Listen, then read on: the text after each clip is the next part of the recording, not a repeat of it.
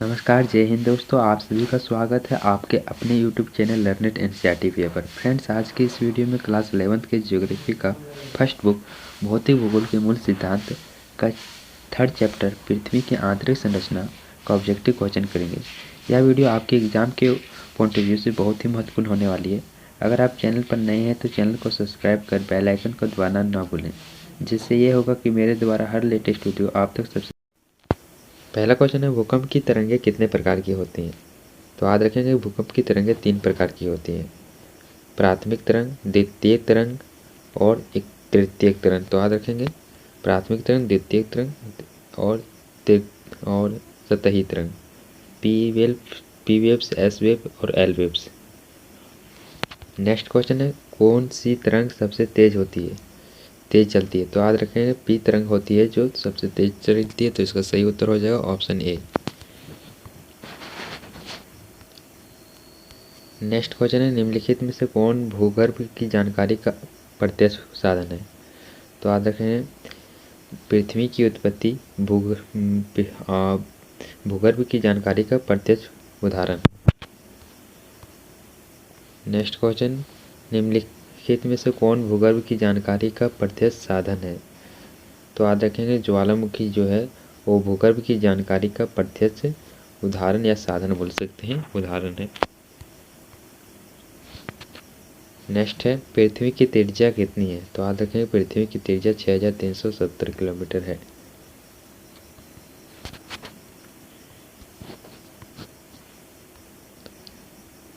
Next question है, पृथ्वी की आंतरिक संरचना को जानने का निम्नलिखित में से कौन प्रत्यक्ष स्रोत है? तो याद रखेंगे पृथ्वी की आंतरिक संरचना को जानने का प्रत्यक्ष स्रोत जो है खनन।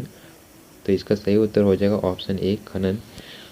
खनन भी है तो खनन, ज्वालामुखी उद्गार यानी ज्वालामुखी का फटना, और प्रवेधन यानी खुदाई करना, और डी इनमें से सभी। तो ये सभी हो जाएंगे दोस्तों। पृथ्वी की संरचना को जानने का प्रत्यक्ष साधन खनन भी है, ज्वालामुखी उद्गार और प्रवेधन यानी खुदाई करना। तो इनमें से सभी हो जाएंगे।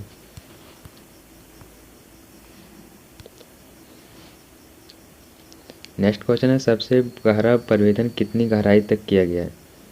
तो याद रखें सबसे गहरा प्रवेधन 12 किलोमीटर तक किया गया है। पृथ्वी की आंतरिक संरचना को जानने का निम्नलिखित में से कौन प्रत्यक्ष स्रोत है?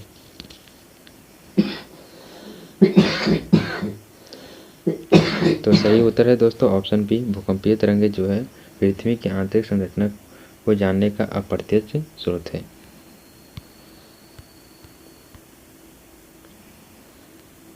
नेक्स्ट क्वेश्चन है दोस्तों, पृथ्वी के धरातल पर सबसे अधिक गुरुत्वाकर्षण बल कहाँ होता है? तो याद रखेंगे पृथ्वी के धरातल पर सबसे अधिक गुरुत्वाकर्षण बल जो है वो ध्रुवों पर सबसे अधिक होता है। तो ऑप्शन सी इसका सही उत्तर हो जाएगा।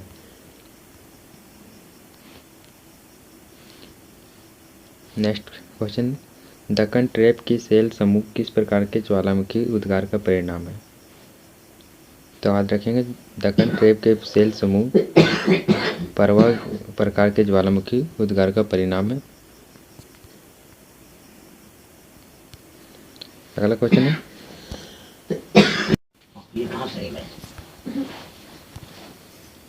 निम्नलिखित में से कौन सा स्थल मंडल को वर्णित करता है?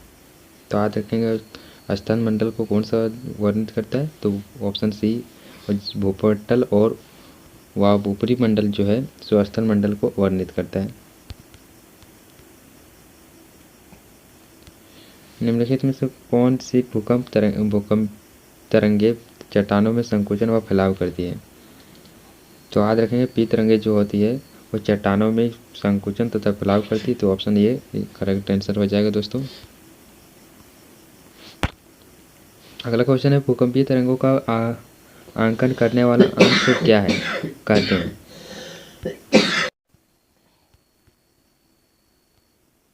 तो याद रखें सिस्मोग्राफ जो है भूकंपीय तरंगों का आकलन करने वाला यंत्र है। तो इसका सही उत्तर हो जाएगा ऑप्शन ए। नेक्स्ट क्वेश्चन है दोस्तों, निम्न में से कौन भूगर्भीय तरंगे हैं?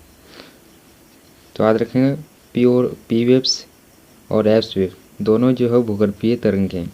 तो इसका सही उत्तर हो जाएगा दोस्तों ऑप्शन सी, उपरोक्त दोनों, यानी पी वेव्स भी है और एस वेव्स भी है, यानी पी तरंगे और एस तरंगे। नेक्स्ट क्वेश्चन, धरातल प्रभाव बिंदु जहां सर्वप्रथम भूकंप अनुभव किया जाता है क्या कहलाता है? तो याद रखेंगे, धरातल प्रभाव बिंदु जहां सर्वप्रथम भूकंप का अनुभव होता है, सबसे पहले भूकंप जहां आता है उसे क्या कहते हैं? अधिक केंद्र कहते हैं। तो याद रखेंगे ऑप्शन बी इसका सही उत्तर हो जाएगा। नेक्स्ट क्वेश्चन, सबसे तीव्र गति वाले भूकंपीय तरंगे कौन सी है?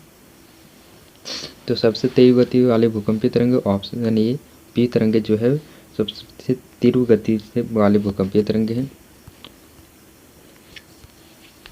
नेक्स्ट क्वेश्चन, इनमें से कौन सी तरंग तरल भागों में लुप्त हो जाती है? तो याद रखेंगे,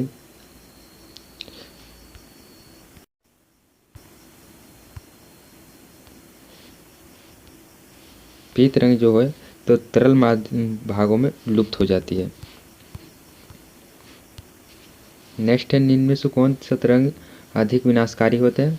तो याद रखें एल जो तरंगे होती है वो सबसे अधिक विनाशकारी तरंगों में से एक है। तो याद रखें option C is the correct answer हो जाएगा 17 का।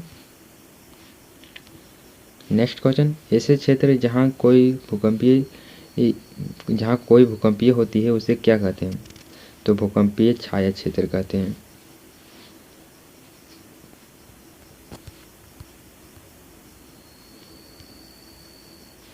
नेक्स्ट है, भूकंप से उत्पन्न होने वाली समुद्री लहरों को क्या कहते हैं? तो याद रखेंगे, भूकंप से उत्पन्न होने वाली समुद्री लहरों को सुनामी कहते हैं। तो ऑप्शन डी इसका सही उत्तर हो जाएगा। अगला है, महासागरों के नीचे भूप्रपट्टी की औसत मोटाई कितनी होती है? तो याद रखेंगे, महासागरों के नीचे भूप्रपट्टी की मोटाई 5 किलोमीटर तक होती है। इसका सही उत्तर हो जाएगा ऑप्शन सी। नेक्स्ट क्वेश्चन है, महाद्वीपों के नीचे भूप्रपट्टी की औसत मोटाई कितनी होती है? अब बात की है कि महाद्वीपों के नीचे भूप्रपट्टी की मोटाई कितनी है? तो याद रखेंगे 30 किलोमीटर महाद्वीपों के नीचे भूप्रपट्टी की मोटाई होती है। नेक्स्ट क्वेश्चन है, निम्न में से कौन सी पर्वत पृथ्वी की सबसे ऊपरी परत में पाई जाती है? तो याद रखेंगे, कौन सी ऐसी परत है जो पृथ्वी के सबसे ऊपरी ऊपरी भाग में पाई जाती है? तो भूप्रपट्टी जो है तो पृथ्वी की सबसे ऊपरी ऊपरी भाग पाई जाती है। नेक्स्ट क्वेश्चन, निम्न में से किन दो परतों से मिलकर स्थलमंडल बना है? तो याद रखेंगे दोस्तों, भूप्रपट्टी और मेंटल का ऊपरी भाग ये मिलकर बना है स्थलमंडल। तो इसका सही उत्तर हो जाएगा ऑप्शन ए, भूप्रपट्टी और मेंटल का ऊपरी भाग मिलकर स्थलमंडल का निर्माण हुआ है। नेक्स्ट क्वेश्चन है, मेंटल का विस्तार कितनी गहराई तक है? तो याद रखेंगे, मेंटल का विस्तार 2900 किलोमीटर तक है। नेक्स्ट क्वेश्चन, मोहो अशांति किन दो परतों की सीमा को कहते हैं? तो याद रखेंगे, मोहो अशांति जो है भूप्रपट्टी और मेंटल को कहा जाता है। तो मोहो अशांति किन दो परतों को कहा जाता है? तो भूप्रपट्टी और मेंटल को कहा जाता है। नेक्स्ट क्वेश्चन है, गुटेनबर्ग अशांति किन दो परतों की सीमा को कहते हैं? जब गुटेनबर्ग अशांति आए तो याद रखेंगे कि इसका सही उत्तर हो जाएगा ऑप्शन बी, मेंटल और कोर। गुटेनबर्ग अशांति मेंटल और क्रोड को कहा जाता है। तो याद रखेंगे इसका भी। नेक्स्ट क्वेश्चन है, क्रोड किन दो भारी पदार्थों से मिलकर बना है? तो जो क्रोड है ऑप्शन सी हो जाएगा, निकेल और लोहा। क्रोड का निर्माण निकेल और लोहा के पदार्थों से मिलकर बना है। तो याद रखेंगे इसका सही उत्तर हो जाएगा ऑप्शन सी, निकेल और लोहा। अगला क्वेश्चन है, पृथ्वी की सबसे आंतरिक परत कौन सी है? तो याद रखेंगे, पृथ्वी की सबसे आंतरिक जो परत है ऑप्शन डी, आंतरिक क्रोड।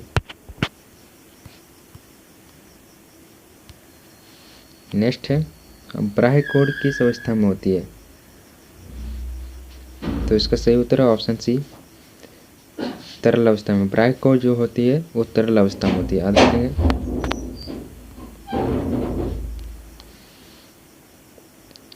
नेक्स्ट है आंतरिक क्रोड किस अवस्था में होती है? तो याद रखेंगे ऑप्शन डी ए, और जो ठोस अवस्था में होती है। आंतरिक क्रोड किस अवस्था में होती है? तो याद रखेंगे ठोस अवस्था में होती है। अगला है निम्न भूकंपीय तरंगों में से सबसे विस्तृत छाया क्षेत्र किस तरंग का है? तो याद रखेंगे पी तरंगे जो है उसका छाया क्षेत्र सबसे अधिक होता है। नेक्स्ट क्वेश्चन है निम्नलिखित में से किन भूकंपीय तरंगों का छाया क्षेत्र 105 से 145 तक होता है? तो याद रखें जो पी और एस तरंगे हैं वो दोनों तरंगों का छाया क्षेत्र 105 से 145 तक होता है। तो इसका सही उत्तर ऑप्शन सी हो जाएगा।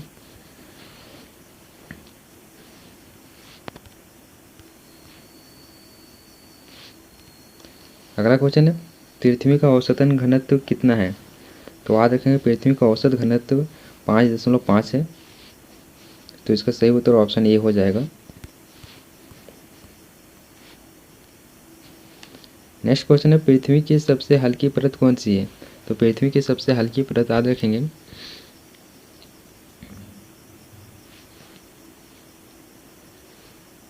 ब्राह्यकोड है, याद रखेंगे। नेक्स्ट क्वेश्चन है दोस्तों ज्वालामुखी विस्फोट से बने बड़े बड़े गड्ढे को क्या कहते हैं? तो इसका सही उत्तर है option D, option B caldera. यानी ज्वालामुखी जब विस्फोट होता है तो उसमें बनने वाले बड़े बड़े गड्ढे को काल्डेरा कहा जाता है। तो ऑप्शन बी हो जाएगा करेक्ट। नेक्स्ट क्वेश्चन है दोस्तों निम्न में से किस ज्वालामुखी प्रकार से अत्यधिक तरल लावा निकलता है? कौन से ऐसे ज्वालामुखी है जिससे ज़्यादा तरल लावा निकलता है? तो याद रखेंगे जो सील्ड ज्वालामुखी है उससे ज़्यादा तरल लावा निकलता है।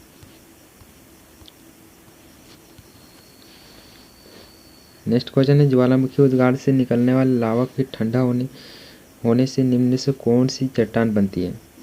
जब ज्वालामुखी उद्गार होता है यानी जब फटता है तो उसमें लावा के ठंडा होने से निम्न से कौन से चट्टान बनते हैं? तो याद रखेंगे आग्नेय चट्टान बनता है। जब ज्वालामुखी फटता है तो उस लावा ठंडा होकर कौन सी चट्टान बनती है?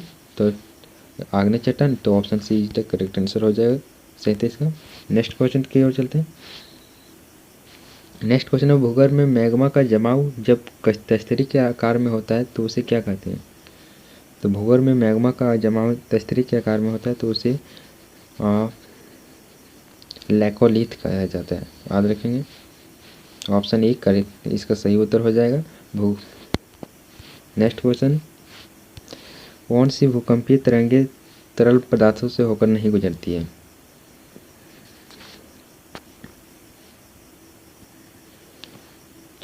तो इसका सही उत्तर आप कमेंट बॉक्स में देंगे। और नेक्स्ट क्वेश्चन है भूकंप का मापन किस यंत्र से किया जाता है? तो याद रखेंगे ऑप्शन सी सिस्मोग्राफ। भूकंप का मापन सिस्मोग्राफ से किया जाता है। और 39 का आंसर आप कमेंट बॉक्स में दीजिएगा। अगर वीडियो अच्छा लगा हो तो वीडियो को लाइक करना ना भूलें। धन्यवाद। मिलते हैं अगले वीडियो में कुछ और वीडियो के साथ।